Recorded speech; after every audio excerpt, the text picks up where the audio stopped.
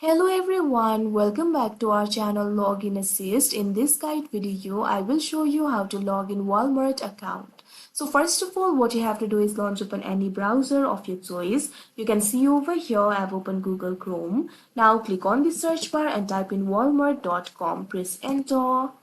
Now you'll be led to the official website of Walmart.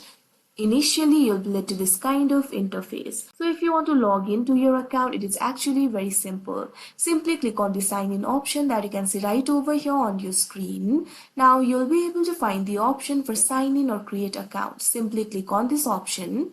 Now you can see over here you'll be led to this kind of interface. From here you'll be able to sign in or create the account for yourself. Simply click on the field of phone number or email. Now what you have to do is enter the phone number or email over here.